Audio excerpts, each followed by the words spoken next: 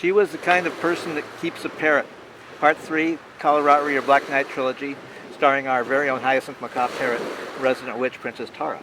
We'll be reading Part 3 of Chapter 2.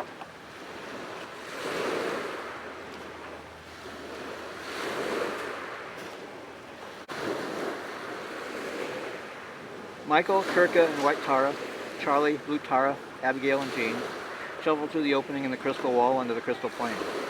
Michael leaned back through the opening, reluctant to depart. If we ride off on the gadgets, how are Jason and Kay going to know where to find us? How are we going to know where to find them? What just happened? Charlie asked. Is the Witch of Death destroyed? Most likely just inconvenience, Blue Tara replied. What did the Red Witch mean when she said our friends wait for us? Charlie continued. Wait for us where? Michael added. Kirka threw her arms around Jean. What I want to know is, Kirka asked, is Jean free of the Witch of Death? Kirka peered, eyes brimming with hope, into Jean's forlorn face. Michael slapped his hand onto Jean's shoulder. Jean stood impassive. Jean, Michael said. Jean's eyes gazed unfocused across the crystal plane. Michael shook Jean's shoulder. Jean, he repeated. Charlie stepped to Jean. He grabbed Jean's arm. He yanked her out of Kirka's and Michael's grasp. Charlie's hand flashed out. The palm of his hand smacked Jean's chin. Jean stood unmoving, unresponsive. Charlie raised his hand to slap Jean again. Jean's hand sprang out to seize Charlie's arm. Ouch, Jean cried out. That hurt. Sorry, Miss Jean. I just wanted to get your attention. You appeared to be in shock. Jean rubbed her chin with her fingers. Her eyes brightened, dancing from face to face. Damn, Jean exclaimed. You got my attention. Please don't slap me again. Jean burst out laughing. The laughter turned to tears. Jean dropped to her knees, hands to her face, trying to stifle the sobs. Kirka dropped to her knees in front of Jean. She threw her arm around Jean's shoulder.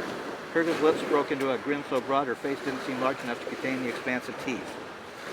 Tears streamed down Kirka's cheeks. Welcome back, honey. We missed you. Jean climbed to her feet with Charlie's and Kirka's help. She glanced down. She pulled at the clothing she wore. Why am I wearing Jason's clothes? Jean whirled about on her toes, arms out like a ballerina. Where's Jason? She cried out. Jean's mournful brown eyes darted among the faces watching her. What happened? Jean turned to look up the crystal wall. Is this Kālarātri? Kirka grasped Jean's arm. What do you remember? Jean stared dumbfounded in Kirka's questioning blue eyes. What is the last thing you remember, Miss Jean? Charlie pressed Jean. Jean's mouth fell open, eyes wide in shock. Jean's face turned white as the crystal wall behind her. Blinding, Jean mumbled. What? Michael asked. He pressed closer to Jean. Headlights. Blinding white headlights. Jean craned her neck to look around her. How did I get here? Kirka grasped both of Jean's arms, her face flushed with excitement. You were alive, Kirka cried out. Jean recoiled a step. She stared, incomprehensive, at Kirka as if Kirka had started to babble in tongues. Jean pressed her hand to her forehead. Well, of course I'm alive. What else would I be? Tears streamed down Kirka's cheeks. Why are you crying? Jean asked, nervous. What did I miss? You don't remember anything? Michael asked. No. Blinding light and flashes of scattered images, like someone dumped a box of old photos on a table. Disconnected dreams like old videotape randomly spliced together. More nightmare than dream. I'm thrilled you were back with us, Miss Jean, Charlie started to say. Back, Jean said, perplexed. Where did I go? But maybe we should get on with our journey before that Witch of Death puts the kibosh on our plans. Jean's face turned white as a Rainier glacier. Witch of Death? Jean's head jerked back and forth, mournful brown eyes wide in fright darting around her. Where's Jason? What happened? She pleaded. She grasped the flaps of her jacket. Why am I wearing Jason's clothes? Charlie grasped Jean's shoulder to calm her. You best settle down, miss. Your friend is okay, Charlie lied. He's off rescuing that black witch. Jean's face morphed from snow white to burning red. We need to rescue Jason, Jean blurted out. Huh? Jason is falling into the black witch's trap. This has been her plan all along. How do you know this? Michael responded, his words dripping with anxiety. Jean stared blank-faced at Michael. I don't know, I just do. We need to get Jason out of the black witch's clutches. Michael turned to Blue Tara and Abigail. If we leave here, don't we run the risk of never finding Jason? My sister, Kālarātri, told us to take the gadgets to find our friends. That is what we must do, Blue Tara said. She pursed her lips. A whistle sharp as a blade of Blue Tara's battle axe burst from her throat. Michael waved, arm flailing, toward the opening in the crystal wall in protest. How do we know where Jason and Kay? How do the gadgets know where they went after they disappeared from the crystal pool? The head-racking honking of gadgets greeted Blue Tara's whistle. The Lord of the Underworld will tell us, Blue Tara replied, with a wave toward the horizon. 6 pterodactyls emerged from the fog, obscuring the rim of the crystal plain.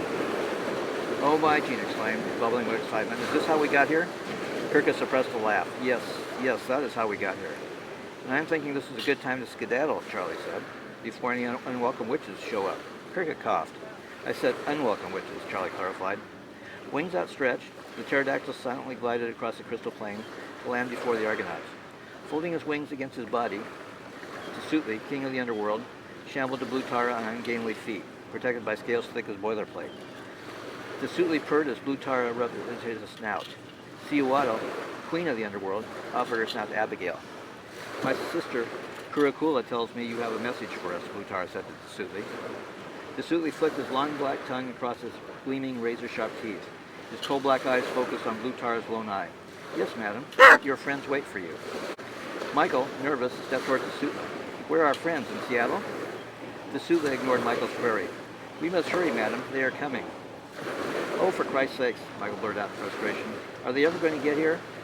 Michael threw his hands into the air. I don't know about anyone else, but I'm getting hungry. Hold on a sec, Charlie said. Charlie reached for the day bag strapped to Michael's back. He retrieved a Cliff Bar. Oh my God, Jean cried out at the sight of the energy bar. I am starving. Jean stuck out her hand at Charlie. Charlie gave her the bar. Oh, me too, Kirka pleaded. Charlie dug out the remaining bars. Jean and Kirka grabbed several. God damn you, Michael yelled in dismay. He spun around to catch Charlie sticking the last bar into his mouth. I feel bad about leaving Jason here, Michael said. He straddled the neck of one of the pterodactyls, placing himself up on one hand while he chewed a Cliff Bar he snagged from Jean with his other. What if Jason shows up to find us gone with the gadgets? We must trust the Lord of the Underworld, Blue Tara assured him. A low whistle had slipped through her lips. Blue Tara's mount, Tesutli, turned to canter across the crystal plain. Wings flapping, the Lord of the Underworld leaped into the air. Instead of climbing into the sky, the tips of Tesutli's wings slapped the surface as he headed for the fog bank, roiling over the rim of the crystal plain. Cihuatl and the other 4 gadgets followed close behind. How are you doing, Miss Jean? Charlie called out. Jean seemed to be enjoying herself. She chewed an energy bar with one hand, grasping a clump of her gadget's hair. It's fine, she called back. This must seem strange to you, Charlie continued. Not at all. I come from an Eastern Washington ranching family. I grew up riding bareback. Michael wasn't enjoying himself as much as Jean. The gadgets flew into the fog bank. Michael struggled to breathe. Slumping forward, Michael's arms wrapped around his gadget's neck. Anxiety verged into fear. The pteron of pterodactyls brushed the caps of the ethereal giant mushrooms comprising the mammoth fog-shrouded fungi forest hunkered at the edge of the crystal plain. The fog became so thick and pervasive, Michael couldn't see the other riders, even though the gadgets flew wingtip to wingtip. Damp chill that cut to the bone made Michael regret wearing only his corduroy jacket. Leather elbow patches proved useless for keeping him warm. He figured the others could hear his teeth chattering. Is this normal? Charlie called out. Normal what? Michael managed to respond. I don't remember this fog being this intense. We don't seem to be going up or down. Trust the gadgets know where they are going, Blue Tara replied. At first seeming boundless, the fog dissipated faster than a Seattle snowstorm. The gadgets burst into brilliant sunshine. Humid heat replaced damp cold. Michael found himself sweating profusely. He released his chokehold on his gadget's neck to try to unbutton his jacket. Would you look at that? Charlie cried out. Michael tried to brush the sweat out of his eyes with the back of his hand so he could see what Charlie was yelling about. We are flying in goddamn circles, Charlie groused. Michael stared ahead, dumbfounded, fingers slipping from his gadget's neck. The crystal city of Kālarātri, which the Argonauts had abandoned, loomed before them. What the fuck? Michael exclaimed. Why did the gadgets bring us back here? Why so humid all of a sudden? Jean called out. I knew there was a reason I joined the Navy, Charlie muttered. The only circle we sailed around was the damn globe. The gadgets stretched out their wings to glide toward a landing near the crystal wall. What hair Michael had left on his head stood on end when a primordial roar thundered across the cloudless sky. The gadgets growled in reply. What the hell was that? Michael cried out. Everybody be alert. The Witch of Death must be back. Charlie replied, an anxious edge to his voice. He fingered the shoulder strap of his Russian shotgun. The gadgets cantered to a stop along the crystal wall. The Argonauts dismounted. Michael slipped out of his sweat-stained jacket. His eyes scanned the surface for familiar boot prints or scuff marks. He could find no distinguishing marks to tell him this was their departure point. He could discern no opening in the wall. Michael tossed his jacket across the gadget's neck. Jean and Blue Tara slipped off their jackets. Blue Tara tossed hers to Charlie, and Charlie dropped the jacket like a hot potato. Michael tried to shake loose his polo shirt, glued to his chest with sweat. Where did this heat come from, he complained. The doors seems to have disappeared, Charlie muttered, or the flying lizards brought us back to a different spot. Michael studied the walls. Sealed tight as a drum. If this is even the right spot, what do we do now? Michael turned to study the crystal plane. He took a deep breath. Michael hopped up and down on his toes. Does the air feel different, he asked. Charlie took a deep breath. He twirled his arms about him. You know, son, something does seem different. I don't know what was in those energy bars, but I suddenly feel, well, energized. Like I just ate a bottle of Viagra. Jean laughed. A broad grin broke across Charlie's face. You were right, Jean chuckled. Something does seem different. And not just the heat. The air smells, Jean licked her lips, and tastes different. Another primordial roar crackled across the crystal plane. That is certainly different, Michael observed, his eyes dancing wary around him. The crystal surface commenced to shake. Michael looked at his feet. What the fuck? Earthquake? Charlie surmised. Critterquake, Jean replied. What? Michael and Charlie cried out. Jean's arm stretched out, her finger pointed toward the horizon. Michael's and Charlie's eyes followed the direction of Jean's finger. Oh shit, Michael and Charlie exclaimed. A monstrous creature waddled across the crystal plane toward them, the surface shaking with each lumbering step. The gadgets commenced to howl. Hard to say for sure from this distance, Charlie observed with a humor dry as the crystal plane, but I'm betting my life savings that was a lizard. A damn big lizard, Jean added. This cannot be happening, Michael replied. What can't be happening? Charlie asked, askance. I just watched Jurassic Park the other day, Michael replied. Which one? Charlie asked. Huh? What the fuck does that matter? There's like 6 of them. I've seen them all, if you must know. Fuck. That's why I can unequivocally state that it's an honest-to-God Tyrannosaurus Rex. Yep, lizard. Charlie remarked matter-of-factly. He slipped his shotgun and his machine gun off his shoulders. God damn, Michael cried out. What? There ain't no Tyrannosaurus Rex in Seattle. Well, son, Charlie replied, I would have said there ain't no flying pterodactyls in Seattle either. Charlie waved to the gadgets. But there you are. The antediluvian monster approached, revealing the creature's immense size. Enormous, blood-curdling, jagged ivory teeth glistened in the brilliant sunshine. A sheen of dusky feathers failed to disguise the boilerplate scales rippling across the creature's body. Since when do those giant lizards have feathers? Charlie asked, somewhat bemused. What? Michael replied, since like forever. That's not what they looked like when I was in school. Oh, for Christ's sakes, Michael replied. Is this the right time to discuss dinosaur morphology? Growling and snapping their massive beaks, the gadgets stretched out their flapping wings to leap into the sky. Where are they going? Jean yelled. Just great, Michael cried out. Take off without us. Michael pumped the shotgun. Wonder how these shells do against armor plating. Shoot for the eyes, I guess, Charlie suggested. The Tyrannosaurus Rex halted short of shooting range. Head tilted back, the monster's short, stubby arms flailed the air. The giant lizard roared. The Terran of pterodactyls swirled out of the sun to fall upon the creature. The Sutli and Chihuahua smacked the lizard back with their great claws, flipping the Tyrannosaurus off his feet. The giant lizard landed on his face with a painful thud.